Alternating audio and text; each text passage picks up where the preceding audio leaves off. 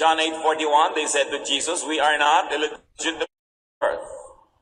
Na ang parang clue nito siya sabi, kami, kilala namin kung sino ama namin, ikaw, kilala mo ba? Hanggang ngayon, maraming mga tao nare-reject dahil sa kung sino ang magulang nila, kung kailan sila ipinaglihi, and all of that. Can't we just treat people as individuals?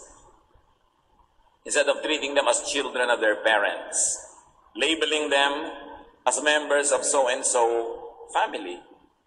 People rejected Jesus because of his roots and even ethnicity.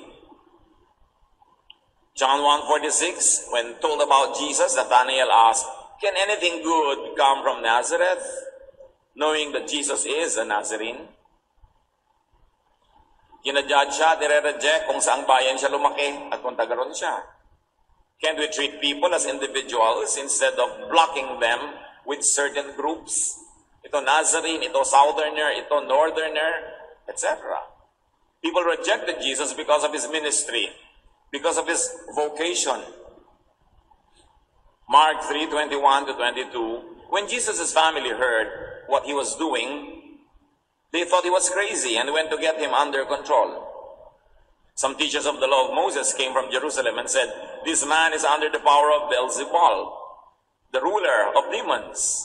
He is even forcing out demons with the help of Beelzebul. So sariling pamilya ni Jesus, hindi naniwala sa kanyang ministry at pinagkamalan siyang baliw. In fact, they came to collect him and put him under control. His family accused him of being crazy.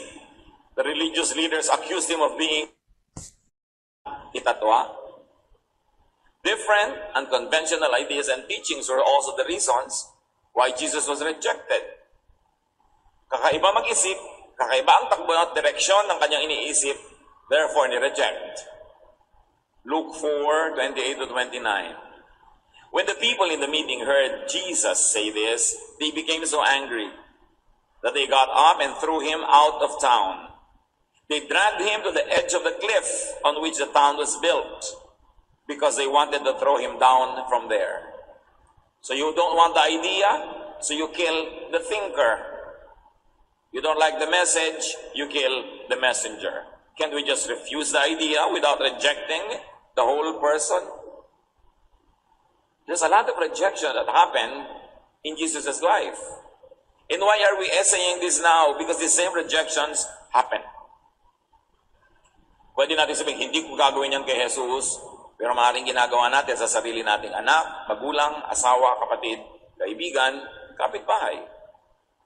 People rejected Jesus because of his brilliance, because of his celebrity and popularity.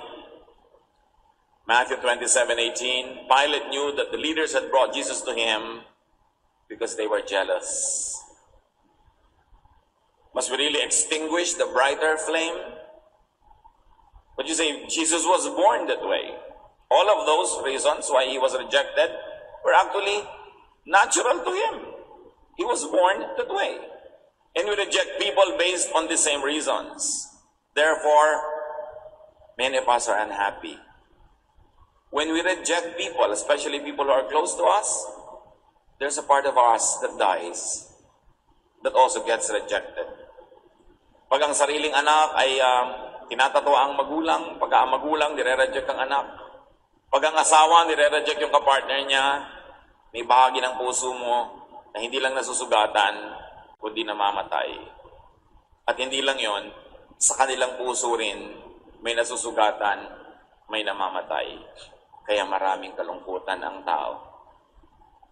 Maraming mga pamilya hindi masaya kasi hindi nila tinatanggap ang isa't isa. Nagagalit sila, tinatatwa, itinatapon. Or, if we don't reject people, we force them to change to suit our fantasies, making life miserable for them and also frustrating us because we can never change people.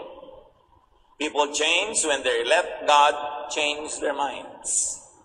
And as soon as they change their minds, they change their thoughts, their actions change, their words change, their habits change, they change. But it must be the person herself, with God's help. If the person is convinced in her or in his mind that change is indeed in order.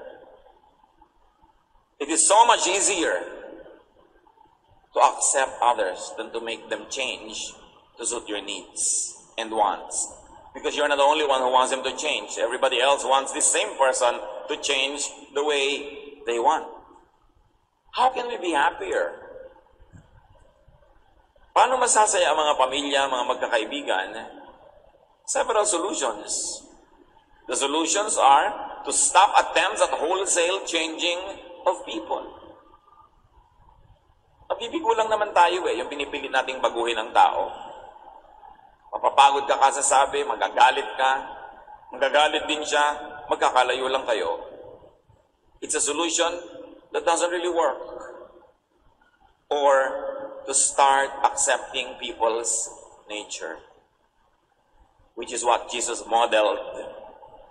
Jesus accepted people. How soon before people like us will understand that Jesus began by accepting people? He began his ministrations to people by accepting them as they were, where they were. Hindi niya require ang mga tao na magbago bago niya tanggapin. Tinatanggap niya muna, tapos dahil sa kanyang pag-ibig, dahil naliliwanagan, nagbabago. Kusang nagbabago sa tulong ng Diyos. The Lord wants us to understand that people are people and they are that way because they were created that way. Yes, indeed, some people are that way because of nurture, but it's really mostly because of their nature. Nurture, you probably can change up to a point by counter-nurture. But nature, how can you change that? Jesus says in Matthew 19:12, "For some are eunuchs because they were born that way. Others were made that way by men. And others have renounced marriage because of the kingdom of heaven. The one who can accept this should accept this." Sino ba yung mga eunuch? These were men who, for it is a personal choice. Ito yung pwedeng palitan kung yung tao magpapalit ng isip. Magpapalit siya ng iniisip. Ito yung pwedeng ibahin kung mag-iiba ng conviction ang may katawan. But Jesus says also that people are who and what they are because of nurture or because of other people's doing, because of the environment. So it is an imposition on the person, a conditioning, na pwede rin ma-adjust with counter-nurture. So kaya naman kasi naging kuripot yan kasi lumaki sa hirap, kasi lumaki sa deprivation, lumaki na ganun yung tiyan niya, tinrain siya na maging matiwid. Ngayon, pwede mong palitan yon kung bibigyan mo siya ng panahon at oras na magkaroon ng itatwa. Different, unconventional ideas and teachings were also the reasons why Jesus was rejected. Kakaiba mag-isip, kakaiba ang takbo at direksyon ng kanyang iniisip, therefore ni-reject. Luke 4:28-29. When the people in the meeting heard Jesus say this, they became so angry that they got up and threw him out of town. They dragged him to the edge of the cliff on which the town was built, because they wanted to throw him down from there. So you don't want the idea, so you kill the thinker. You don't like the message, you kill the messenger. Can't we just refuse the idea without rejecting the whole person? There's a lot of rejection that happened in Jesus' life. And why are we essaying this now? Because the same rejections happen. Pwede natin sabihin, hindi ko gagawin yan kay Jesus, pero maaaring ginagawa natin sa sarili nating anak, magulang, asawa, kapatid, kaibigan, kapitbahay. People rejected Jesus because of his brilliance, because of his celebrity and popularity.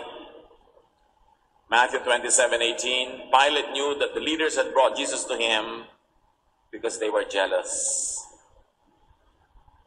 Must we really extinguish the brighter flame? Would you say Jesus was born that way? All of those reasons why he was rejected were actually natural to him. He was born that way. And we reject people based on the same reasons. Therefore, many of us are unhappy. When we reject people, especially people who are close to us, there's a part of us that dies. that also gets rejected. Pag ang sariling anak ay tinatatwa ang magulang, pag ang magulang nire-reject ang anak, pag ang asawa nire-reject yung kapartner niya, may bahagi ng puso mo na hindi lang nasusugatan, kundi namamatay. At hindi lang yon, sa kanilang puso rin, may nasusugatan, may namamatay. Kaya maraming kalungkutan ang tao. Maraming mga pamilya hindi masaya kasi hindi nila tinatanggap ang isa't isa. Nagagalit sila, tinatatwa, itinatapon. Or, if we don't reject people, we force them to change to suit our fantasies, making life miserable for them and also frustrating us because we can never change people. People change when they let God change their minds. And as soon as they change their minds, they change their thoughts, their actions change, their words change, their habits change, they change. But it must be the person herself, with God's help, if the person is convinced in her or in his mind that change is indeed in order. It is so much easier to accept others than to make them change to suit your needs and wants. Because you're not the only one who wants them to change. Everybody else wants this same person to change the way they want. How can we be happier? Paano masasaya ang mga pamilya, mga magkakaibigan? Several solutions. The solutions are to stop attempts at wholesale changing of people. Mabibigo lang naman tayo yung pinipilit nating baguhin ang tao. Mapapagod ka kasasabi, magagalit ka, magagalit din siya, magkakalayo lang kayo. It's a solution that doesn't really work. Or to start accepting people's nature, which is what Jesus modeled. Jesus accepted people. How soon before people like us will understand that Jesus began by accepting people? He began his ministrations to people by accepting them as they were, where they were. Hindi niya na-require ang mga tao na magbago bago niya tanggapin. Tinatanggap niya muna, tapos dahil sa kanyang pag-ibig, dahil naliliwanagan, nagbabago. Kusang nagbabago sa tulong ng Diyos. The Lord wants us to understand that people are people and they are that way because they were created that way. Yes, indeed, some people are that way because of nurture, but it's really mostly because of their nature. Nurture, you probably can change up to a point by counter-nurture, but nature, how can you change that? Jesus says in Matthew 19:12, "For some are eunuchs because they were born that way. Others were made that way by men. And others have renounced marriage because of the kingdom of heaven. The one who can accept this should accept this." Sino ba yung mga eunuch? These were men who did not marry because some nga, sabi nga ni Jesus, because some of them were born that way. They cannot and they are not designed to get married. Some were made that way. Some young boys are castrated so that they don't develop their masculine qualities, so that they could serve female members of royal families without the men in the royal families feeling insecure about these men in their house or in the palace. So some men are castrated to become eunuchs. Pero sabi ni Lord, there are who are born eunuchs. There are those who are made eunuchs. And there are those who choose not to marry because of their vocation, because of their service to God. Kasi sabi niya, those who can accept, they should accept it. So Jesus teaches that people are who and what they are because of their conviction. Yun to yung choice. Because of their calling. Because of their roles in life. Therefore, it is a personal choice. Ito yung pwedeng palitan kung yung tao magpapalit ng isip. Magpapalit siya ng iniisip. Ito yung pwedeng ibahin kung mag-iiba ng conviction ang may katawan. But Jesus says also that people are who and what they are because of nurture or because of other people's doing, because of the environment. So it is an imposition on the person, a conditioning, na pwede rin ma-adjust with counter-nurture. So kaya naman kasi naging kuripot yan kasi lumaki sa hirap, kasi lumaki sa deprivation, lumaki na ganun yung tiya niya, tinrain siya na maging matibid. Ngayon, pwede mong palitan yon kung bibigyan mo siya ng panahon at oras na magkaroon ng kasalanan. Therefore, people are people because of genetics. It is inborn. Hindi pwedeng ibahin ng may katawan o ng ibang factor. Kahit pumutok ang bulkan, tamaan siya ng kidlat, kumulog, kainin siya ng lupa, hindi siya maiiba kasi born that way. So, tatlong reason, bakit tayo ganito? Una, pinili natin. Pwede tayong pumili ng iba. Second, napuwersa tayo dahil gano'n ang ating kapaligiran. Pwede palitan ang kapaligiran, therefore mapapalitan din yung kung ano man tayo, at merong isinilang ka na talaga na gano'n. Kahit ano pa mangyari, hindi na yun may iba. Those people were formed and born that way. Why are we discussing these three types and reasons why people are who they are? Because it will help us understand and accept people. It will also guide us in ways that we can influence people positively with realistic expectations of how much we can influence people, how much we can be factors in changing them, and how much we should just accept. Psalm 58 verse 3, even from birth, the wicked go astray. From the womb, they are wayward and speak lies. Of course, very metaphorical, symbolic, this is poetry, but the message is the same. May mga taong likas na gano'n na. Pinanganak na silang gano'n. Pinaglilihi pa lang sila, gano'n na sila. Kulang na lang sabihin genes eh. Genetics. They did not have the word for it, but they're actually talking about it. People and other creatures are who and what they are because of genes. Genesis 30, 38 to 39, when the flocks were in heat, they mated, and they bore young that were streaked or speckled or spotted. Siyempre, kung ano yung magulang, ganun yung anak. Predetermined from and by the genetic pool. There are people who are predisposed to be this or that because that is their genetic composition. They don't become like that. They were designed, made, and born like that. To be that. At habang iniisip natin ito mga kapatid, i-apply natin agad sa inyong magulang, sa inyong anak, sa inyong kapatid, sa inyong kabiyak, kaibigan. Baka ang laki-laki ng tunggalin ninyo na pinipilit niyo siyang ibahin. Meron siguro talagang pwedeng iba kung conviction o decision lang niya maging ganon. Meron naman na palaki lang kasi siyang ganon, pwede mo namang i-reprogram. Pero meron talagang ipinaglihi pa lang siya, ganon na. Dapat nating kilalanin yon para gumanda, umayos ang ating pakikitungo sa kapwa. At hindi maging full of pressure. Maraming mga wives ang reklamo, ang husband sila tamad. Ewan ko kung may nakita na kayong tamad na sumipag.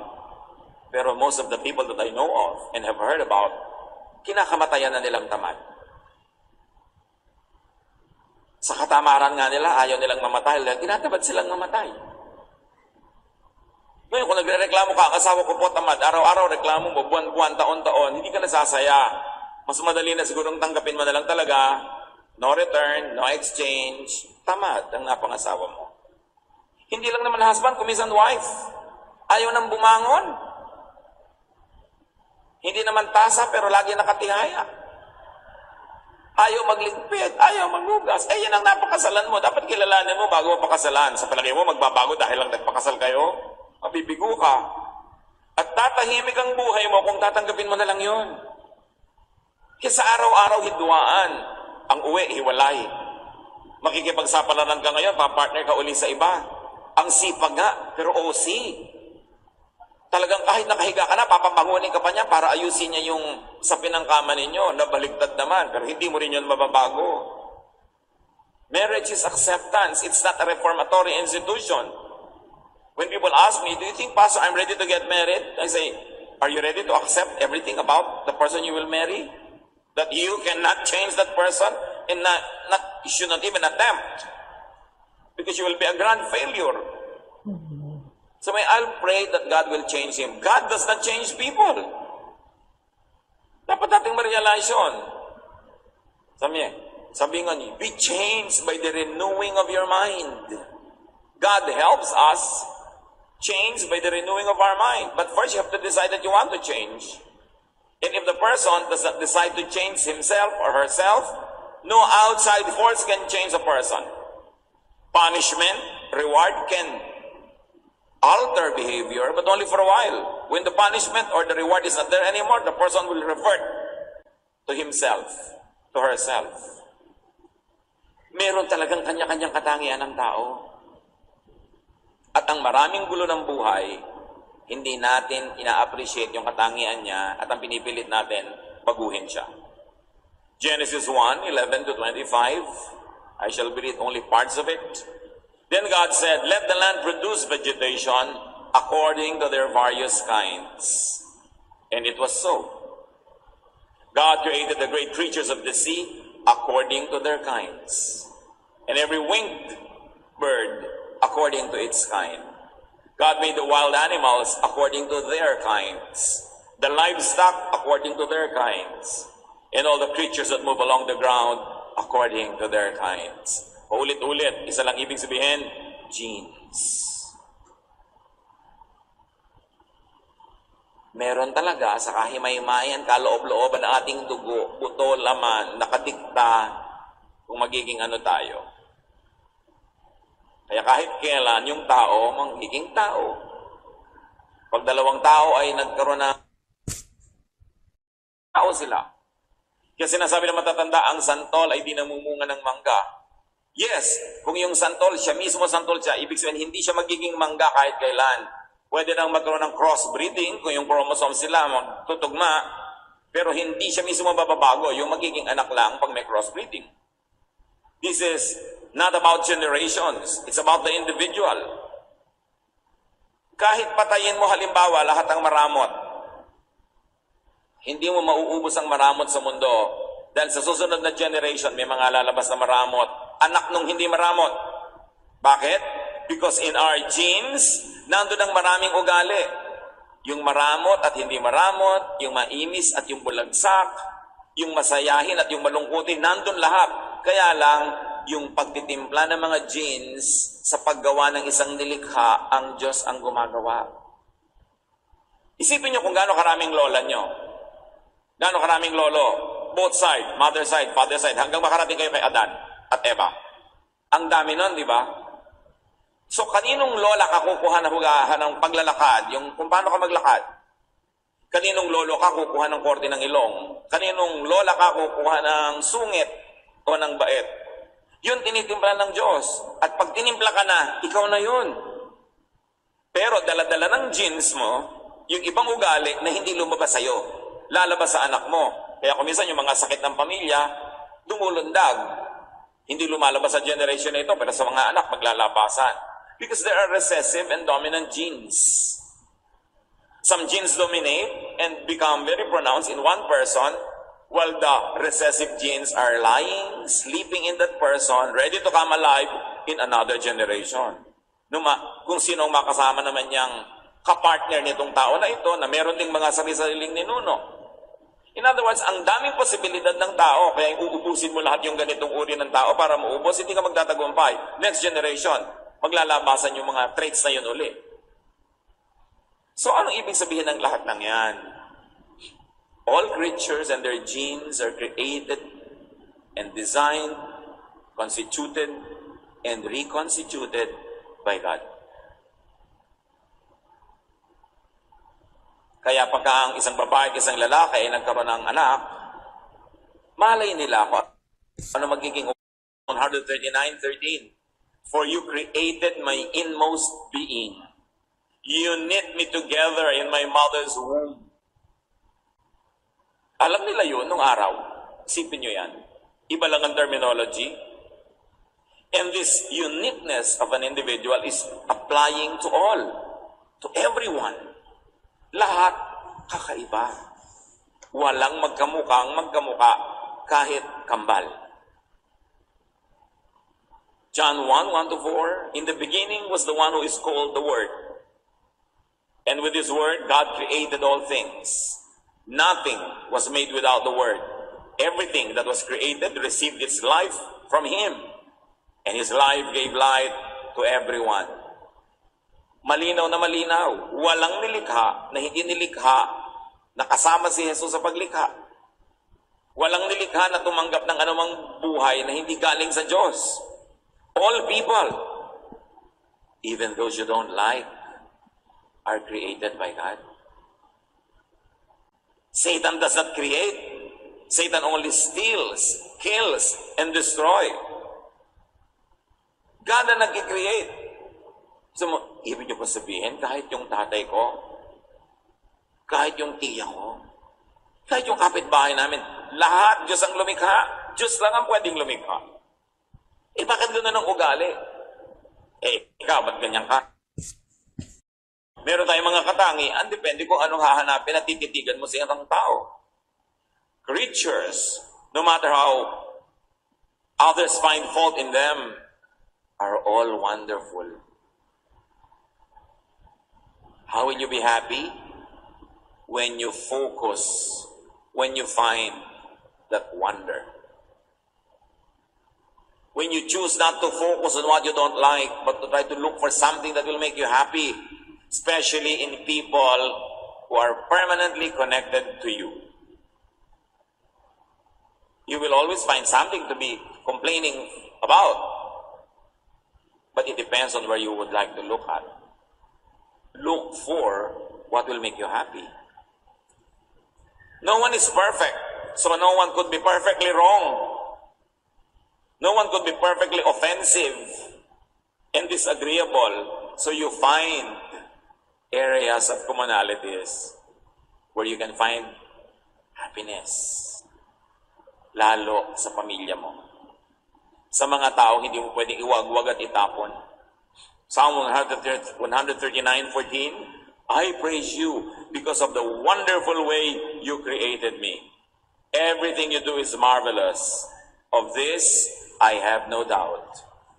This is a person at peace with himself. Sinasabi niya, I am marvelous. You created me marvelously. This is not conceit. Hindi yabang, kaliwanagan, enlightenment, realization.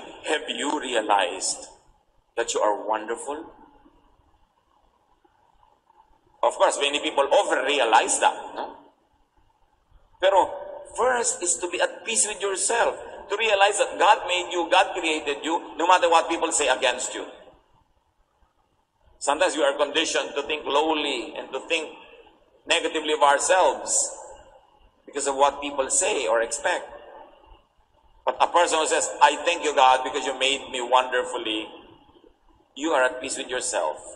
And that can be the beginning of being at peace with others too. Because once you have accepted yourself and appreciated how you were created by God, you will be ready to appreciate others. Many of us are unable to appreciate others because we have not appreciated ourselves yet. You cannot give what you do not have. Kaya sabi ni Lord, love others as you love yourself. Hindi sinabing love others only. The presumption is you will love yourself. That is good. But don't stop at that. Love others also the way you love yourself. So appreciate yourself. Appreciate God who made you. Stop complaining about what you do not have and start being thankful for what you have. You cannot have everything. Although all the genes and all the potentials are in you, only one of those genes would be dominant in your life. Kaya kailangan huwag na tayong magpagod trying to always be somebody else. Desiring this man's art or that man's scope with what I most enjoy, contented least. Sabi ni Shakespeare.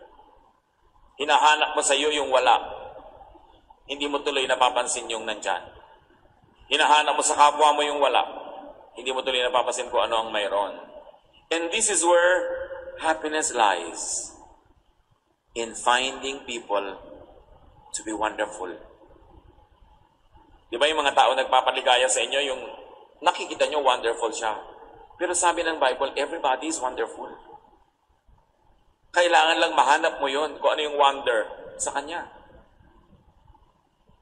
Creatures are not to complain about how they or others are made.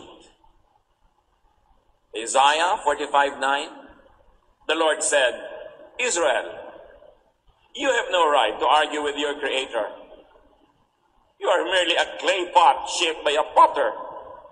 The clay doesn't ask, why did you make me this way? Where are the handles? Sabi niya, mga palayok lang kayo na nilikha ng Diyos. Huwag kayong magreklamo. Sabi niya, bakit ako walang takip? Bakit ako walang tangkay? Bakit ganitong korte ko? Kung anong ginawa sa'yo, yun ang appreciatein mo. Huwag kang makipagtunggali sa gumawa sa'yo. Dahil buo ka na, at pag pinilit mo ibahin ang korte mo, ano mangyayari? Mababasag ka. Kasi palayok ka eh. Tanggapin mo kung ano ka, tanggapin mo kung ano yung iba. Personal differences are designed and ordained by God. May magre-reklamo pa, Pastor, ibang-iba po yung ugali ng asawa ko sa akin. Abi, kung gusto mo pala kamukhang kamukha, sana nanalamin ka na lang at pinakasalan mo ang sarili mo. Talaga bang in love ka sa sarili mo na gusto mo pati asawa mo, kamukha mo? Pasalamat ka nga at yung hindi mo ginagawa, ginagawa niya. Yung ayaw mo, gusto niya. At least, gusto niya yung likod ng bangos, gusto mo yung tiyan. Diba, ang sarap niya kasama kumain. Eh kung pareho kayo ng gusto ng lagi, di magko-compete lang kayo, appreciate the difference.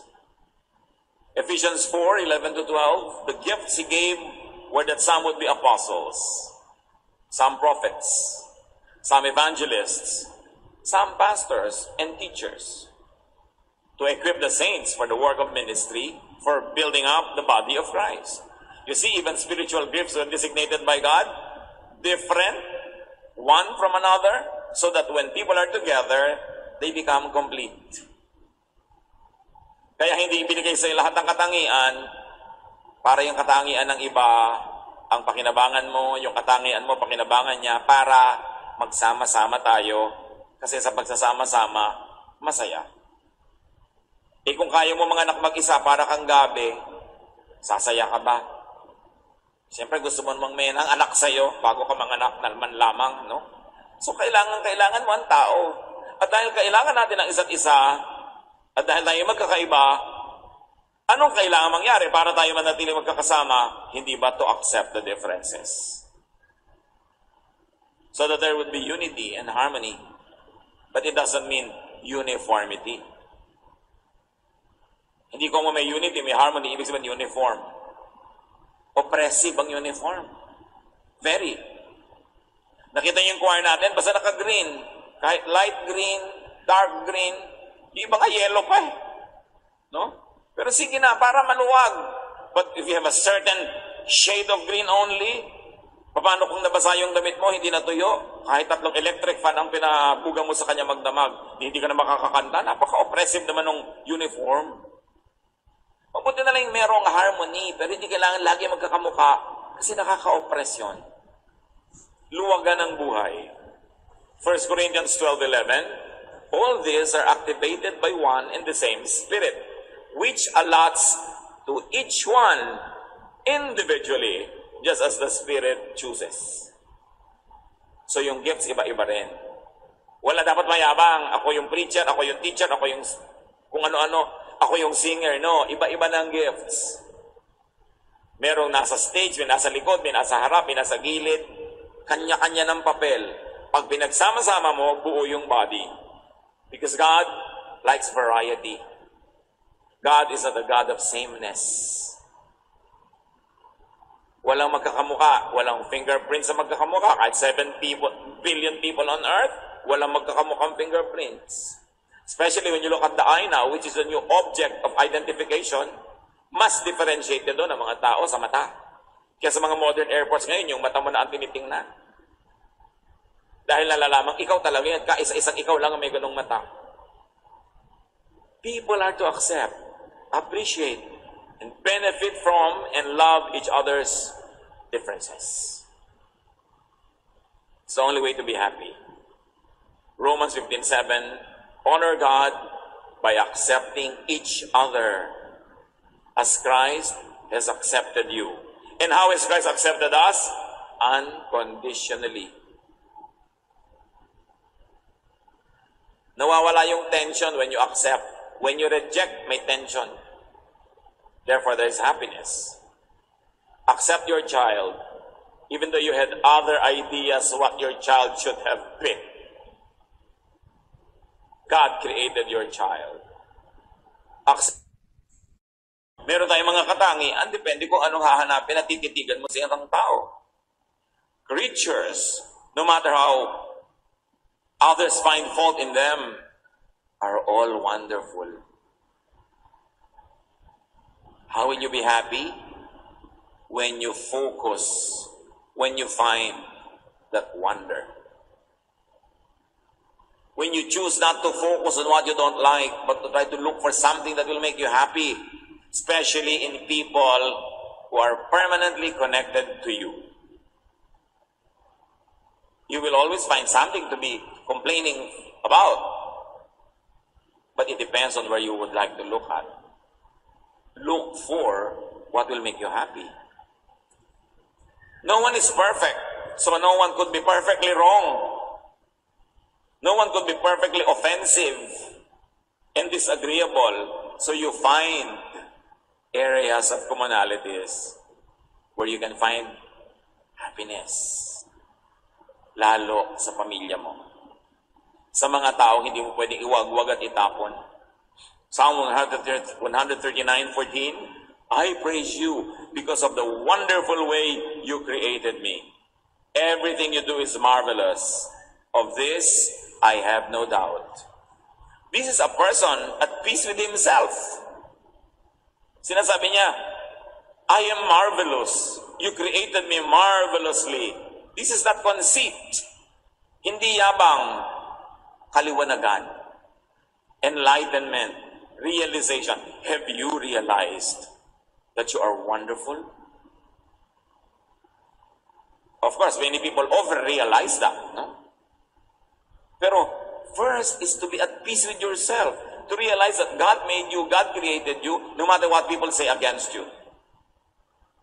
Sometimes we are conditioned to think lowly and to think negatively of ourselves because of what people say or expect. But a person who says, I thank you, God, because you made me wonderfully, you are at peace with yourself.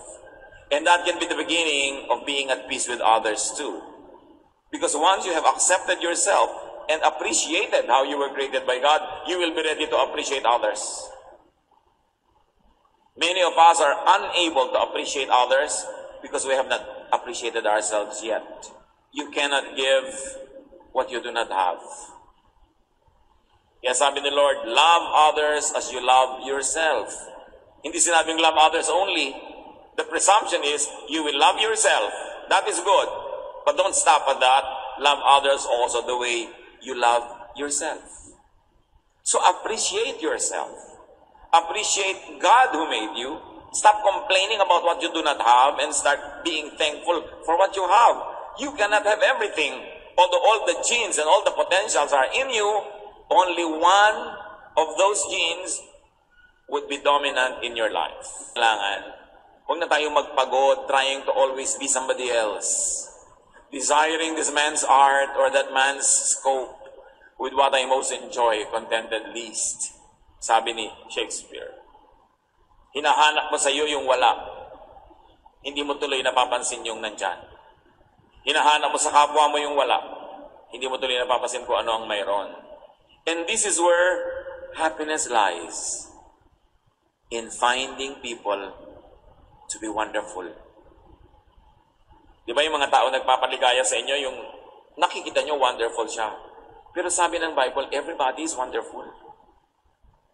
Kailangan lang mahanap mo yun kung ano yung wonder sa Kanya. Creatures are not to complain about how they or others are made. Isaiah 45:9, the Lord said, Israel, you have no right to argue with your Creator. You are merely a clay pot shaped by a potter. The clay doesn't ask, why did you make me this way? Where are the handles?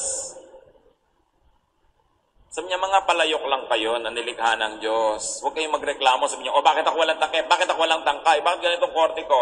Kung anong ginawa sa'yo, yun ang appreciatein mo. Huwag kang makipagtunggali sa gumawa sa'yo. Dahil buo ka na, at pag pinilit mo ibahin ang korte mo, ano mangyayari? Mababasag ka. Kasi palayok ka eh. Tanggapin mo kung ano ka, tanggapin mo kung ano yung iba. Personal differences are designed and ordained by God.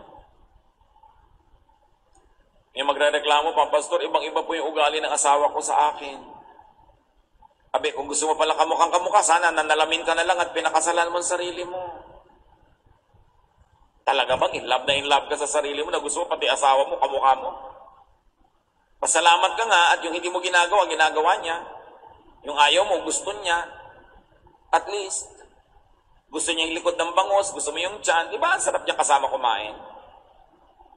Eh kung pareho kayo ng gusto ng lagi, di magko-compete lang kayo, appreciate the difference.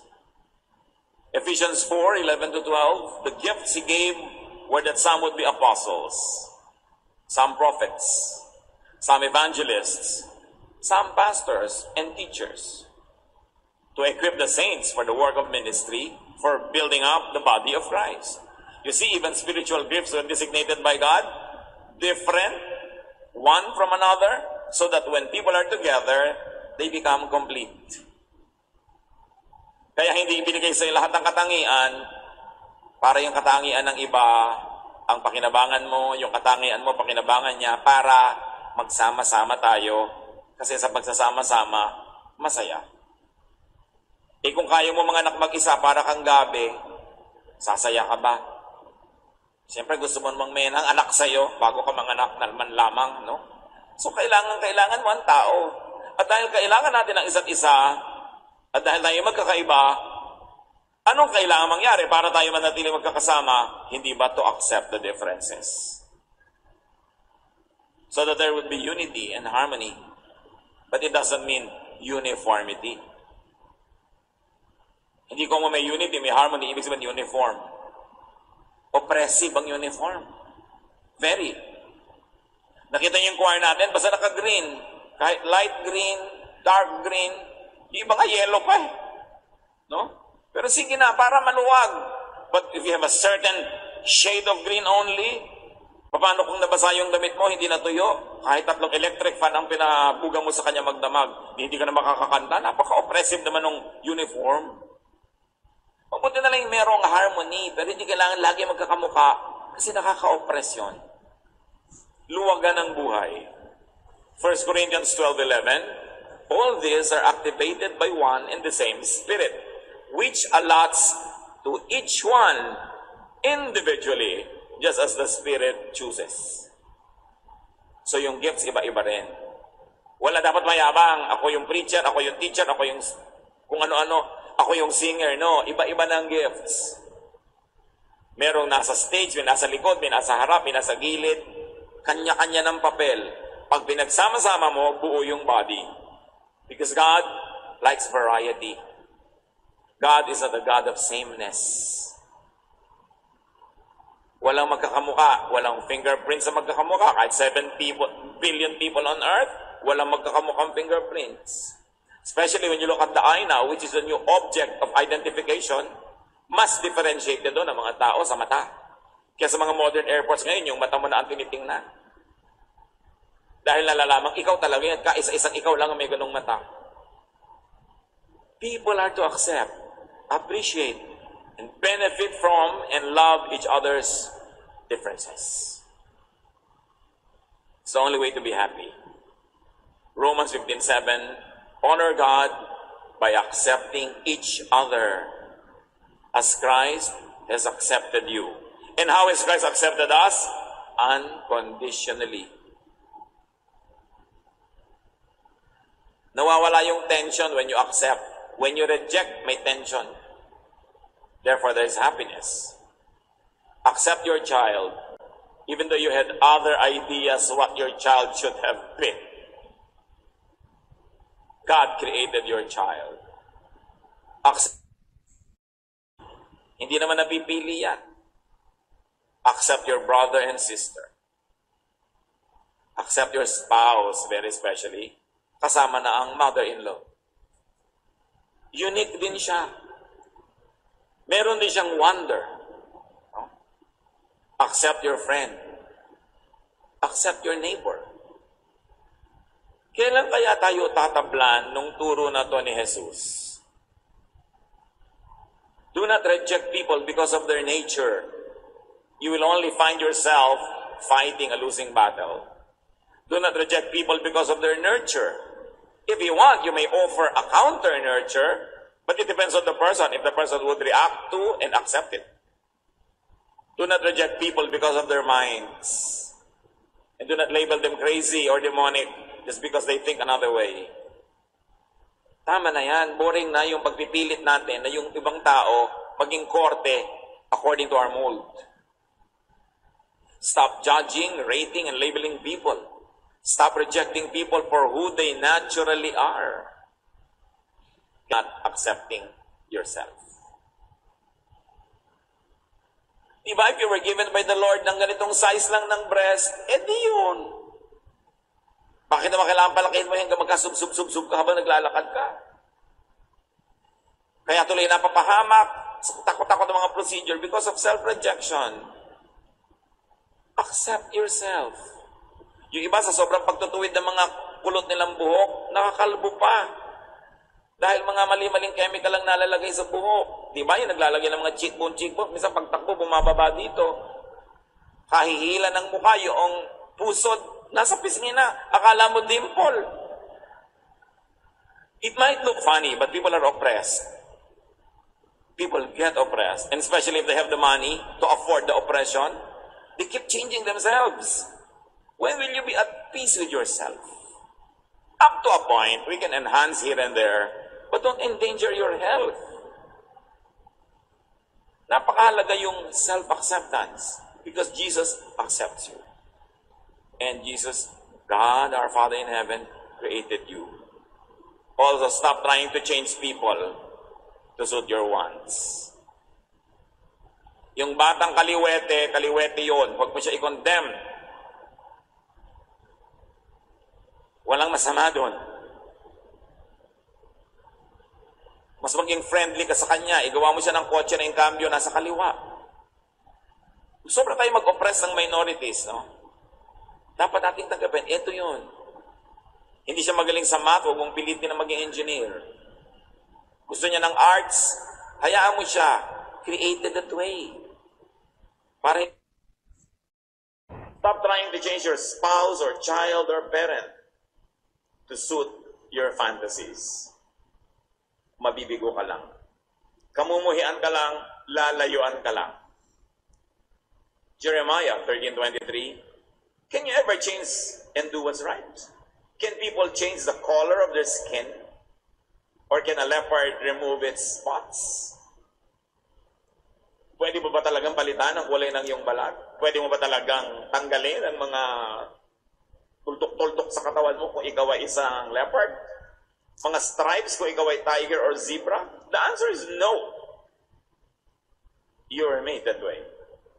So start or continue understanding, accepting, appreciating individual persons. Not class of persons, but individuals. Start appreciating genes, nature, manufacture, design, function, and uniqueness. 1 Corinthians 12:30. Not everyone can heal the sick.